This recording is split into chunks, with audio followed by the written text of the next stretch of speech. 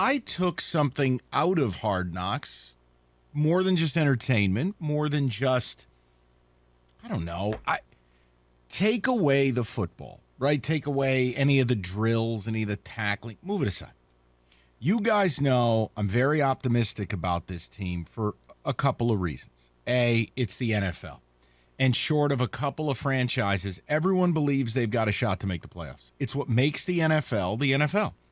That's not the case in the NBA. It's not the case in MLB. And it's not the case in the NHL. The NFL's currency is hope. I think the Lions are elevated out of that bottom 2 or 3 teams where there is no hope. Like if you're an Atlanta fan, there's no hope. You know what's going on this year. But beyond that, I took something away from Hard Knocks, and it was specific to Dan Campbell. Now understand something. I don't have to like or love a coaching style in order to say that it will or won't work. There are plenty of guys who do it a way I like and it doesn't work. Plenty of guys who do it in a way I don't and it does work.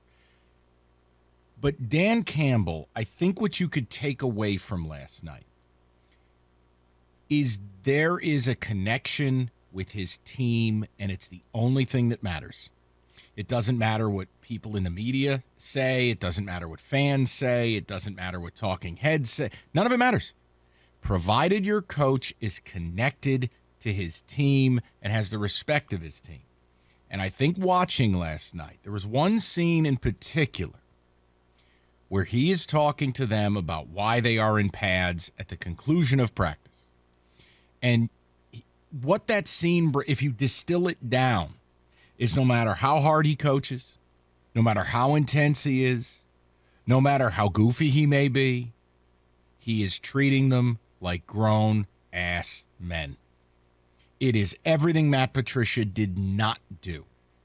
And when you go back and look at how hard they played for him down the stretch last year, they were not a good football team. They were ravaged by injuries. They were woefully short on talent. But they kept playing. When you go back to that and wonder why, I took away from Hard Knocks last night, you were given visual, audio proof of it.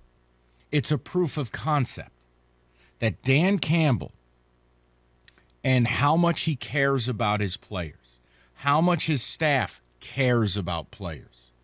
It's the absolute polar opposite to the way Matt Patricia did business.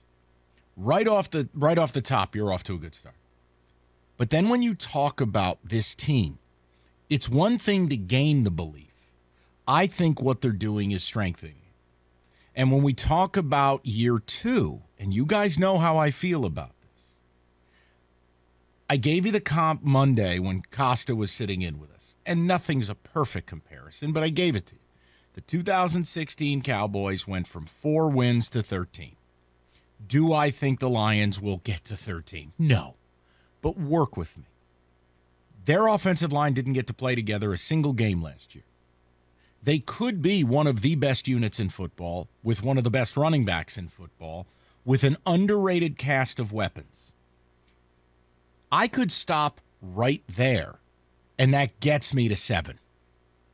If the defense gives me anything, which I think they're much improved in the front 4, much. Linebackers concern me, corners concern me, I get it. But when you put all of it together, and you've got a staff and a room of guys that respect each other, care about each other, believe in each other, that's pretty damn powerful. Now look, every team's working hard in camp. Every team has similar conversations. All I'm concerned with is this team. I don't do Chicago radio. I don't do Minneapolis radio. Thank God I'm not in Green Bay. I care about what we're doing here. So as I throw the number out to you, 248-539-9797, yes, what did you take out of Hard Knocks last night? I'm not just throwing that out there and going to sit back and listen. I'm giving you what I got out of it. And I want to know if you think I'm crazy. Because I will tell you, I came out of last night more optimistic than I already was. Because what you were given, I don't think you can fake. Like, when the Cleveland Browns were on Hard Knocks, I found Hugh Jackson to be incredibly fake. I found the whole thing to be fake. And yes, Baker's RV was funny, but Hugh Jackson had no credibility, and you could see it. You don't have to like Dan Campbell, but there's credibility there. Guys, trust in me. I'm not crazy. I know being in pads this early is hard. I know you might think it's nuts. Here are my reasons why, and I'm begging you, believe in what we're doing here. And I think the fact that you got a lot of former players on staff, there's more credibility there. The Aaron Glenns, the Deuce Staleys. I came away from last night, take all the football and just throw it in the garbage. None of it means a thing. The preseason doesn't mean a thing.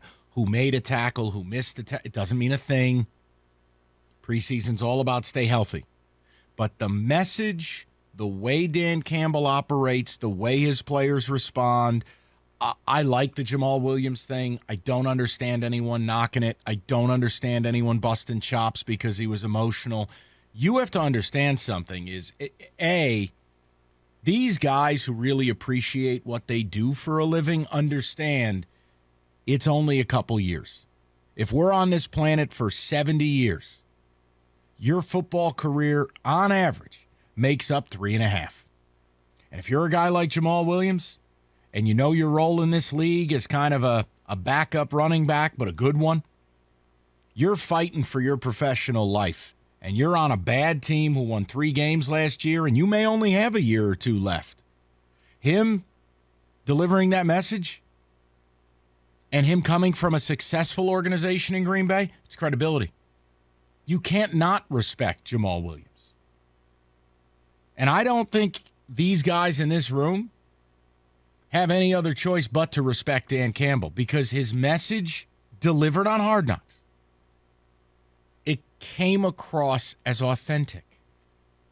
It wasn't a coffee order at a podium. It wasn't a comedy routine. It wasn't a space helmet.